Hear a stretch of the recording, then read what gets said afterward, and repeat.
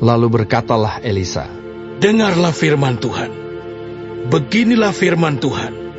Besok, kira-kira waktu ini, sesukat tepung yang terbaik akan berharga sesikal, dan 2 sukat jelai akan berharga sesikal di pintu gerbang Samaria."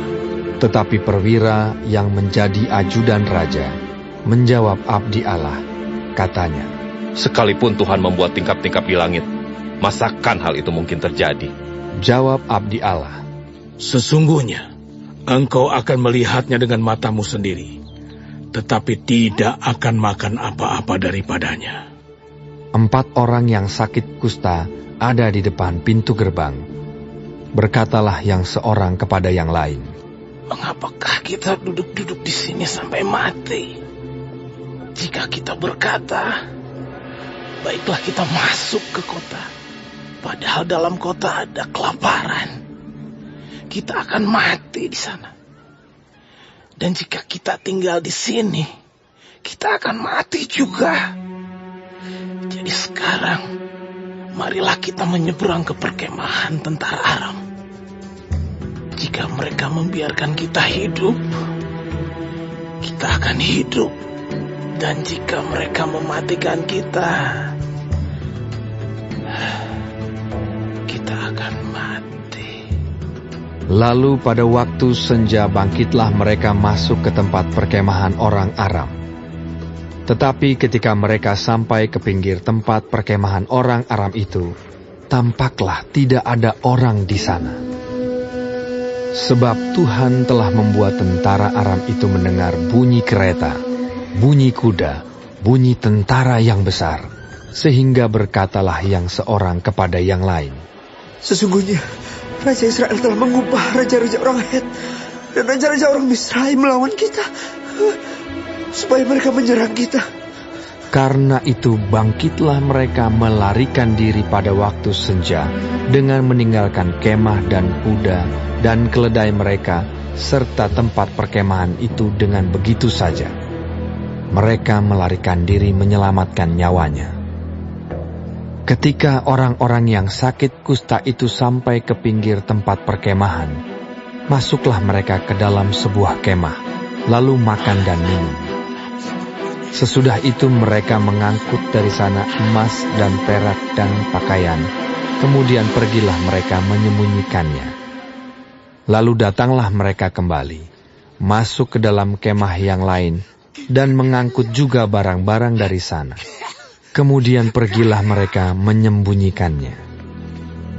Lalu berkatalah yang seorang kepada yang lain, "Tidak patut yang kita lakukan ini. Hari ini ialah hari kabar baik, tetapi kita ini tinggal diam saja. Apabila kita menanti sampai terang pagi, maka hukuman akan menimpa kita. Jadi sekarang, marilah kita pergi menghadap untuk memberitahukan hal itu ke istana raja." Mereka pergi, lalu berseru kepada penunggu pintu gerbang kota dan menceritakan kepada orang-orang itu. Katanya, "Kami sudah masuk ke tempat perkemahan orang Aram, dan ternyata tidak ada orang di sana, dan tidak ada suara manusia kedengaran. Hanya ada kuda dan keledai tertambat, dan kemah-kemah ditinggalkan begitu saja." para penunggu pintu gerbang menyerukan dan memberitahukan hal itu ke istana raja. Sekalipun masih malam, raja bangun juga, lalu berkata kepada para pegawainya, "Baiklah, aku terangkan kepadamu apa maksud orang Aram itu terhadap kita. Mereka tahu bahwa kita ini menderita kelaparan. Sebab itu, mereka keluar dari tempat perkemahan untuk menyembunyikan diri di padang. Sambil berpikir, apabila orang Israel keluar dari dalam kota, kita akan menangkap mereka hidup-hidup. Kemudian kita masuk ke dalam kota." Lalu salah seorang pegawainya menjawab, "Baiklah, kita ambil 5 ekor dari kuda yang masih tinggal di dalam kota ini. Tentulah keadaannya seperti seluruh khalayak ramai Israel yang sudah habis mati itu. Biarlah kita suruh saja orang pergi, supaya kita lihat Sesudah itu mereka mengambil 2 kereta kuda. Kemudian raja menyuruh mereka menyusul tentara Aram sambil berkata, Pergilah melihatnya. Lalu pergilah mereka menyusul orang-orang itu sampai ke sungai Yordan. Dan tampaklah seluruh jalan itu penuh dengan pakaian dan perkakas yang dilemparkan oleh orang Aram pada waktu mereka lari terburu-buru. Kemudian pulanglah suruhan-suruhan itu dan menceritakan hal itu kepada raja. Maka keluarlah penduduk kota itu menjarah tempat perkemahan orang Aram. Karena itu, sesukat tepung yang terbaik berharga sesikal, dan 2 sukat jelai berharga sesikal, sesuai dengan firman Tuhan. Adapun raja telah menempatkan perwira yang menjadi ajudannya itu mengawasi pintu gerbang. Tetapi rakyat menginjak-injak dia di pintu gerbang, lalu ia mati sesuai dengan perkataan abdi Allah yang mengatakannya pada waktu raja datang mendapatkan dia. Dan terjadi juga seperti yang dikatakan abdi Allah itu kepada raja.